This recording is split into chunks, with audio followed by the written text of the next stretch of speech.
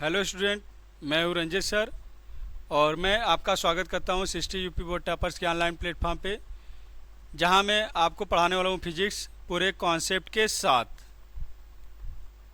तो हम लोग वैद्युत विभव चैप्टर पढ़ रहे हैं। पिछले क्लास में हमने वैद्युत द्विध्रुव को घुमाने में किए गए कार्य के लिए सूत्र की उत्पत्ति की थी। वैद्युत द्विध्रुव को वैद्युत क्षेत्र में घुमाने में किए गए कार्य के लिए सूत्र की उत्पत्ति किए थे। एक समान वैद्युत क्षेत्र में स्थित वैद्युत द्विध्रुव को घुमाने में किए गए कार्य का सूत्र। आज हम लोग इस वीडियो में देखेंगे एक समान वैद्युत क्षेत्र में स्थित वैद्युत द्विध्रुव की वैद्युत स्थितिज ऊर्जा के लिए। एक समान वैद्युत क्षेत्र में स्थित वैद्युत द्विध्रुव की वैद्युत स्थितिज ऊर्जा के लिए।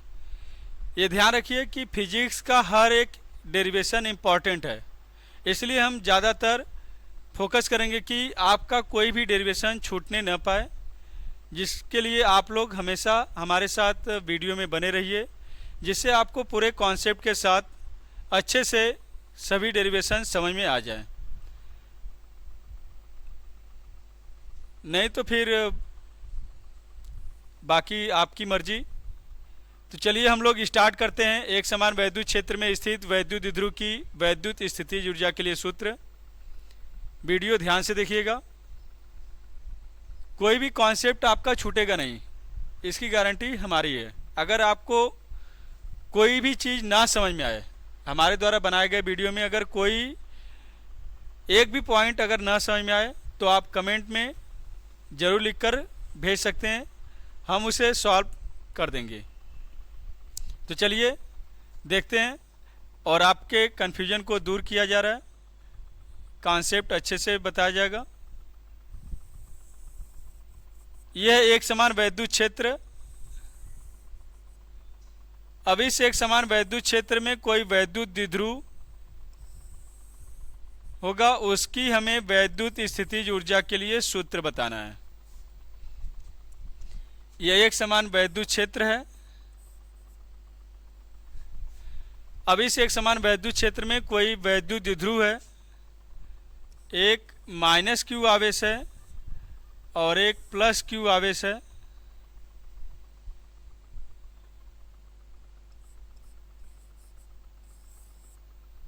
और इनके बीच की दूरी है 2l। इनके बीच की दूरी है 2l। अब ये वैद्युत द्विध्रुव एक समान वैद्युत क्षेत्र में स्थित है। अब इसी वैद्युत द्विध्रुव की हमें वैद्युत स्थितिज ऊर्जा के लिए सूत्र बताना है। तो आपको वैद्युत स्थितिज ऊर्जा के लिए सूत्र, आवेशों के निकाय की वैद्युत स्थितिज ऊर्जा की परिभाषा बताई गई थी। अगर आप उस वीडियो को नहीं देखे होंगे तो ये समझ में नहीं आएगा। फिर भी हम बता दे रहे हैं कि आखिर वैद्युत स्थितिज ऊर्जा होती क्या है। आवेशों के निकाय की वैद्युत स्थितिज ऊर्जा की परिभाषा बताए थे। दो आवेशों के निकाय को अनंत से एक दूसरे के समीप लाने में जितना कार्य करना पड़ेगा, दो आवेशों के निकाय को अनंत से एक दूसरे के समीप लाने में जितना कार्य करना पड़ेगा, वही किया गया कार्य उसमें ऊर्जा के रूप में संचित होता है। उसी ऊर्जा को वैद्युत स्थितिज ऊर्जा कहेंगे। तो यहाँ भी आवेशों का ही निकाय है। जैसे Q1 और Q2 की बात किए थे कि यदि Q1 और Q2 एक दूसरे से r दूरी पर हो, यदि दो आवेश एक दूसरे से r दूरी पर हो, तो इनकी स्थितिज ऊर्जा का सूत्र U बराबर 1/4πε0 Q1 Q2/r बताया गया था। इनकी स्थितिज ऊर्जा का सूत्र Q1 Q2/r बताया गया था। U बराबर 1/4πε0 Q1 Q2/r। यह दो आवेशों के निकाय की स्थितिज ऊर्जा का सूत्र। तो ये दोनों आवेश एक दूसरे से r दूरी पर हैं, तो इनको r दूरी तक लाने में जो कार्य किया गया है, वही किया गया कार्य उनमें स्थितिज ऊर्जा के रूप में संचित होता है। उसी ऊर्जा को ही हम लोग स्थितिज ऊर्जा बोलते हैं। U बराबर 1/4πε0 Q1 Q2/r। तो सेम चीज यहाँ पे भी, ये माइनस क्यू आवेश है, ये प्लस क्यू आवेश है, ये एक समान वैद्युत क्षेत्र में स्थित है। तो इसकी वैद्युत स्थिति ऊर्जा के लिए सूत्र हमें बताना है। अच्छा ये बताइए, हमने बताया कि उन दोनों आवेशों को अनंत से लेकर आए, तो यहाँ भी इन दोनों आवेशों को तो अनंत से लेकर आया गया होगा। प्लस क्यू आवेश को भी अनंत से बिंदु बी तक लाया गया, वैद्युत क्षेत्र के बिंदु बी तक लाया गया। अब माइनस आवेश को भी बिंदु ए तक लाया गया। दोनों आवेशों पर बल लग रहा होगा। ये धन आवेश पर जो वैद्युत बल लगेगा वैद्युत क्षेत्र की दिशा में, और ऋण आवेश पर जो वैद्युत बल लगेगा वैद्युत क्षेत्र के विपरीत दिशा में।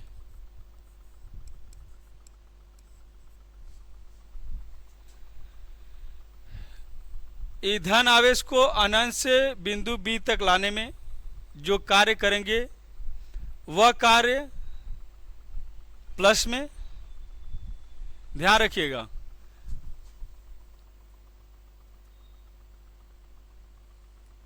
कार्य बराबर होता है बल गुणे बल की दिशा में विस्थापन,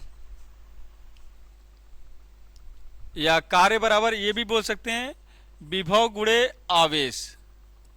कार्य बराबर विभव गुणे आवेश।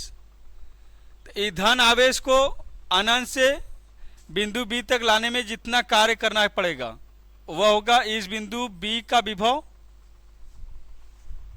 गुणे इसका आवेश। तो डब्ल्यू और भी बी इंटू क्यू। अच्छा हम बात करें इस माइनस आवेश को अनंत से अगर बिंदु बी तक ही लाना होगा, ए तक नहीं। अगर इस माइनस आवेश को भी बिंदु बी तक ही लेकर आना होगा तब उसके लिए जो किया गया कार्य होगा वह भी होगा W बराबर V B into minus Q, क्योंकि ये माइनस आवेश है इसलिए माइनस क्यू। ये प्लस आवेश द्वारा किया गया कार्य प्लस में, प्लस आवेश को लाने में किया गया कार्य प्लस में, और माइनस आवेश को लाने में किया गया कार्य माइनस में, क्योंकि माइनस आवेश को लाने में कार्य किया नहीं जाएगा, कार्य प्राप्त होगा, इसलिए वह माइनस में। अच्छा अगर हम कुल कार्य देखें, ये दोनों को बिंदु बी तक ला रहे हैं, ये ध्यान रखिएगा, केवल और केवल कहां तक, बिंदु बी तक।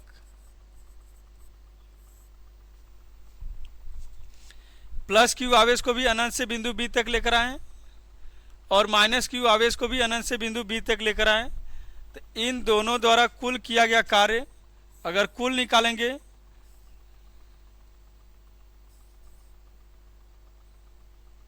W1 प्लस W2, तो ये प्लस और ये माइनस हो जाएगा 0।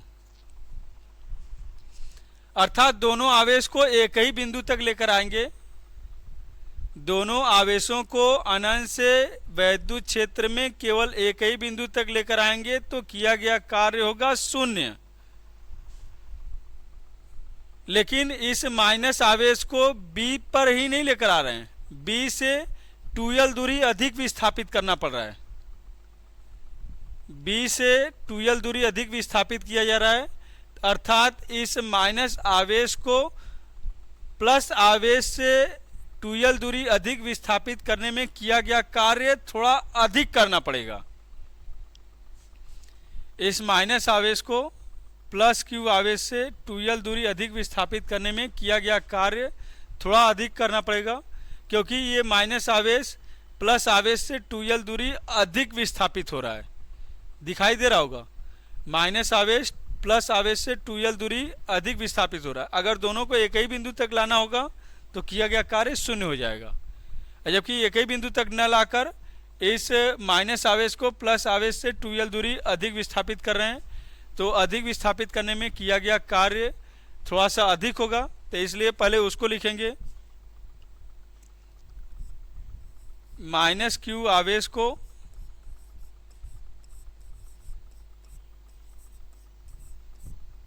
प्लस क्यू आवेश से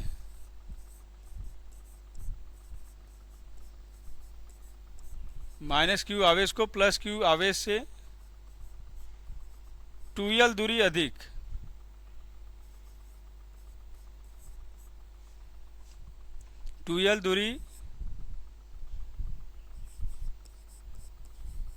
अधिक लाने में किया गया कार्य। ये माइनस आवेश है तो जाहिर सी बात है लाने में कार्य करना नहीं पड़ेगा, कार्य हमें प्राप्त होगा। लाने में प्राप्त कार्य, इसीलिए हम प्राप्त लिख रहे हैं, क्योंकि जो कार्य प्राप्त होता है वह माइनस में होता है और जो कार्य हम लोग करते हैं वह कार्य प्लस में होता है। ये ध्यान रखिएगा, जब हम कार्य करेंगे तो वह प्लस में और कार्य प्राप्त होगा तो वह माइनस में। प्लस क्यू आवेश को लाने में कार्य करना पड़ता है और जबकि माइनस क्यू आवेश को लाने में कार्य प्राप्त होता है, इसलिए क्योंकि प्लस क्यू आवेश में जो बल लगता है वो विद्युत क्षेत्र की दिशा में लगता है, अर्थात इस प्लस क्यू आवेश को अनंत से विद्युत क्षेत्र के विपरीत दिशा में लेकर आएंगे, इसलिए उस पर कार्य करना पड़ता है। मतलब इस बल के विपरीत लाएंगे तो कार्य करना पड़ता है, और जबकि माइनस क्यू आवेश पर जो बल लगता है विद्युत क्षेत्र के विपरीत दिशा में लगता है, अर्थात हम इसको अगर अनंत से लेकर आएंगे तो इस पर कार्य करना नहीं पड़ेगा, कार्य प्राप्त होगा, ये अपने आप आएगा, इसलिए कार्य प्राप्त होगा। तो प्राप्त जो कार्य है उसको हम लोग W1 से दिखाएंगे। इसको माइनस में इसलिए लिख रहे हैं क्योंकि कार्य प्राप्त होगा, और कार्य बराबर होता है बल गुणे विस्थापन। बल गुणे विस्थापन मतलब 2L, और ये बल होगा F बराबर QE, E बराबर F/Q, तो F बराबर QE। तो F के स्थान पे QE रख देंगे, QE इंटू 2L। अब ये Q इंटू 2L को ही हम लोग P बोलते हैं ना, P बराबर Q इंटू 2L, वैद्युत द्विध्रुव आघूर्ण। ये ध्यान रखिएगा, ये सूत्र काफ़ी इंपॉर्टेंट है, ये हर बार हर जगह जहाँ पे भी वैद्युत द्विध्रुव का नाम आएगा वहाँ पे इस सूत्र का प्रयोग होगा, P बराबर Q इंटू 2L। तो उसको ध्यान में रखिए। तो W1 बराबर हो जाएगा माइनस PE, ये पहला इक्वेशन। ये पहला इक्वेशन कहाँ से आया? इस माइनस क्यू आवेश को प्लस क्यू आवेश से 2L दूरी अधिक लाने में प्राप्त कार्य। अगर दोनों को सेम स्थान पर लेकर आते, सेम बिंदु पर लेकर आते, मतलब बिंदु B तक ही केवल लेकर आते, तो वहाँ पे किया गया कार्य होता है 0। और जबकि एक ही बिंदु पर न लाकर अलग अलग बिंदु पर लेकर आ रहे हैं, इसे बिंदु B तक ही छोड़ दिए और माइनस आवेश को बिंदु A तक लेकर आए हैं, तो इस माइनस आवेश को प्लस क्यू आवेश से 2L दूरी अधिक विस्थापित करना पड़ेगा। यही ध्यान देना है, मेन यही है। माइनस क्यू आवेश को प्लस क्यू आवेश से 2L दूरी अधिक विस्थापित कर रहे हैं, तो 2L दूरी अधिक विस्थापित करने में जो किया गया कार्य है या प्राप्त हुआ कार्य है वह आ गया माइनस PE। अब इस वैद्युत द्विध्रुव को एक समान वैद्युत क्षेत्र में हम घुमाएंगे, तभी हमें घुमाने में कार्य करना पड़ेगा। इस वैद्युत द्विध्रुव को वैद्युत क्षेत्र में घुमाएंगे तभी हमें घुमाने में कार्य करना पड़ेगा, जिसके लिए सूत्र पीछे बताया जा चुका है कि किसी वैद्युत द्विध्रुव को एक समान वैद्युत क्षेत्र में अगर घुमाएंगे तो घुमाने में जो कार्य किया जाएगा वह कार्य होता है PE 1 minus cos theta. W और PE 1 माइनस cos थीटा। यहाँ पे हम सूत्र का उत्पत्ति नहीं करेंगे क्योंकि हमने पिछले क्लास में बता दिया है। यहाँ पे डायरेक्ट लिखा जाएगा W बराबर PE 1 माइनस cos थीटा। अगर आप ये पिछले क्लास में डेरिवेशन नहीं देखे होंगे तो आप उसे पहले देख लीजिएगा। तो लिखने जा रहे हैं वैद्युत द्विध्रुव को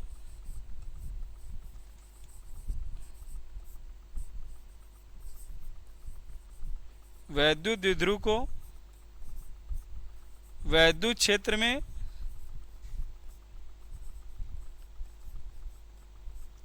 क्षेत्र में घुमाने में किया गया कार्य।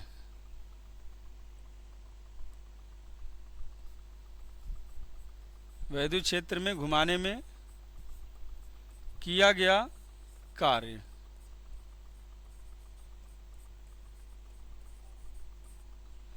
उस कार्य को हम लोग W2 से दिखाएंगे।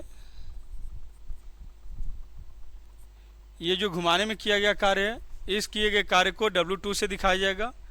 तो W2 बराबर हो जाएगा PE कोष्टक में 1 माइनस कॉस थीटा।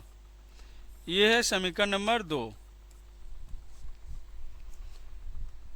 ये माइनस क्यू आवेश को प्लस क्यू आवेश से 2L दूरी अधिक विस्थापित करने में किया गया कार्य है माइनस PE।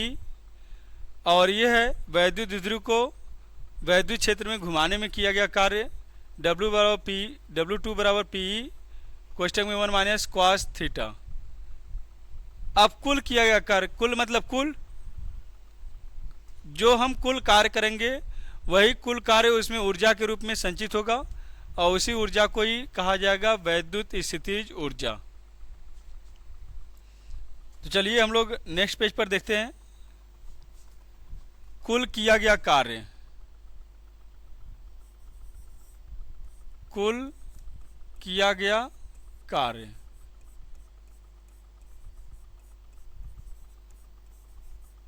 कुल किए गए कार्य को W से दिखाएंगे। W बराबर होगा W1 प्लस W2। कुल किए गए कार्य को W से दिखाएंगे और ये W बराबर हो जाएगा W1 प्लस W2। तो जो समीकरण 1 और 2 बताए थे उन्हीं दोनों को जोड़ने पर, अर्थात समीकरण 1 और 2 से, समीकरण 1 और 2 से W बराबर हो जाएगा, W1 का मान है माइनस PE प्लस W2 का मान था PE 1 माइनस कॉस थीटा। अब PE का तो गुणा कर ही सकते हैं, तो W बराबर हो जाएगा माइनस PE गुणा कर देंगे plus PE minus PE cos theta. अच्छा, ये प्लस है, ये माइनस कट गया, एक प्लस में और एक माइनस में था, ये कट गया। यही है कुल किया गया कार्य, W बराबर माइनस PE कॉस थीटा। एक समान वैद्युत क्षेत्र में स्थित वैद्युत द्विध्रुव पर किया गया कुल कार्य माइनस PE कॉस थीटा। अब यही किया गया कार्य उसमें ऊर्जा के रूप में संचित होगा, क्योंकि आपको पता है, अगर नहीं पता है फिर भी हम बता दे रहे हैं कि कार्य और ऊर्जा दोनों एक दूसरे के रूप हैं, दोनों ही एक दूसरे में परिवर्तित होते हैं। मतलब जो हम कार्य करेंगे वही कार्य ऊर्जा के रूप में संचित होगा। अगर ऊर्जा होगा तो कार्य करने की क्षमता होगी, और कार्य होगा तो ऊर्जा भी होगी, क्योंकि कार्य का भी मात्रक जूल होता है और ऊर्जा का भी मात्रक जूल होता है। और ऊर्जा न तो नष्ट की जा सकती है और न ही उत्पन्न की जा सकती है, यह केवल एक रूप से दूसरे रूप में रूपांतरित होती है। यह है ऊर्जा संरक्षण का नियम। तो हम लोग यहाँ पे देखेंगे उसी नियम के आधार पर किया गया कार्य ही ऊर्जा के रूप में संचित होगा। किसके नियम से? ऊर्जा संरक्षण के नियम से। ऊर्जा संरक्षण के नियम से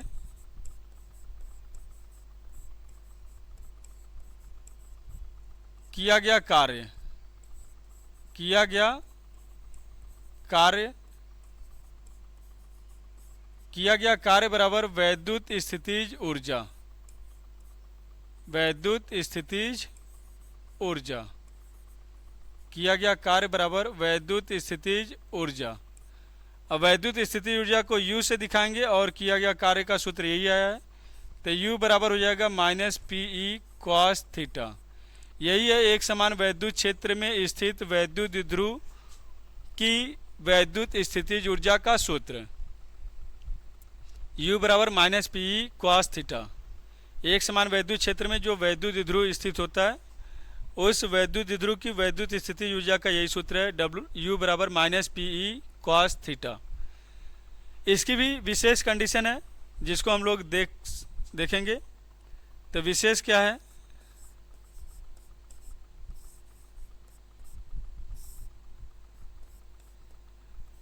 पहला, यदि थीटा इक्वल टू 0,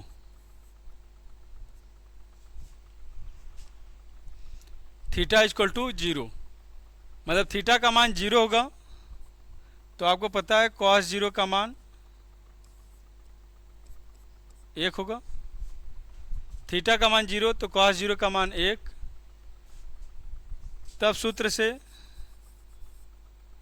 u बराबर minus P E cos 0, cos 0 के स्थान पर 1 रखेंगे तो u बराबर हो जाएगा माइनस पी ई, अर्थात जो किया वैद्युत स्थिति ऊर्जा होगी, वैद्युत द्विध्रुव की वैद्युत स्थिति ऊर्जा होगी वह माइनस पी ई के बराबर होगी। u बराबर माइनस पी ई, वैद्युत द्विध्रुव की जो वैद्युत स्थिति ऊर्जा होगी वह माइनस पी ई के बराबर होगी। सेकेंड कंडीशन,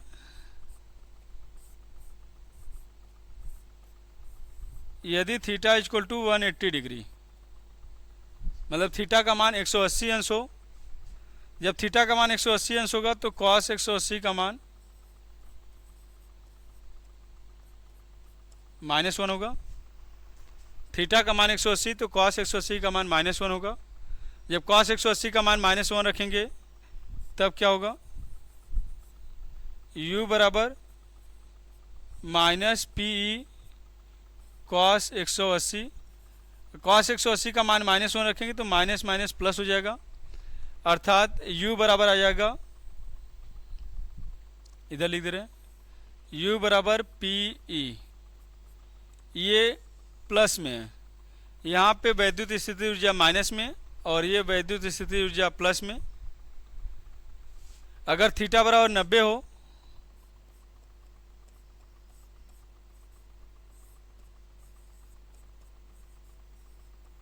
तो cos 90 का मान आपको पता है वो होता है 0। तब जो स्थिति ऊर्जा होगी वह 0 होगी, अर्थात जब वैद्युत द्विध्रुव वैद्युत क्षेत्र की दिशा में स्थित होगा तब उस समय स्थिति ऊर्जा होगी माइनस पी ई के बराबर, और जब वैद्युत द्विध्रुव वैद्युत क्षेत्र के विपरीत दिशा में स्थित होगा तब उस समय वैद्युत स्थिति ऊर्जा होगी पी ई के बराबर, और जब वैद्युत द्विध्रुव वैद्युत क्षेत्र के लंबवत स्थिति होगा तब उस समय उसकी वैद्युत स्थिति ऊर्जा होगी 0। यह है अस्थायी संतुलन के लिए, मतलब इस समय जो वैद्युत द्विध्रुव होगा वह संतुलित अवस्था में होगा, और ये अस्थायी संतुलन, मतलब इस समय जो वैद्युत द्विध्रुव होगा वह अस्थायी संतुलन में होगा।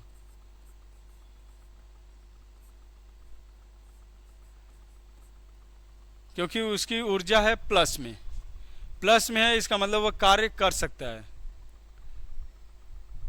और ये ऊर्जा माइनस में है, इसका मतलब वह कार्य कर नहीं सकता है, वह कार्य प्राप्त हुआ है, अस्थायी संतुलन में है, और ये अस्थायी संतुलन के लिए। तो ये था वैद्युत क्षेत्र में स्थित वैद्युत द्विध्रुव की वैद्युत स्थिति ऊर्जा के लिए सूत्र W बराबर U बराबर minus P E cos theta. तो आगे हम लोग नेक्स्ट वीडियो में देखेंगे एक समान वैद्युत क्षेत्र में कोई आवेशित कण होगा तो उसके संतुलन के लिए क्या सूत्र होगा, आखिर उसका संतुलन किस प्रकार से हम लोग कर सकते हैं, उसी के लिए सूत्र देखेंगे। तो चलिए आप लोग हमेशा हमारे साथ वीडियो में बने रहने का प्रयास कीजिए ताकि आपको फिजिक्स का कोई भी कॉन्सेप्ट छूटने न पाए और प्रत्येक डेरिवेशन आसानी से समझ में आए। ये मिलते हैं नेक्स्ट वीडियो में। Thank you.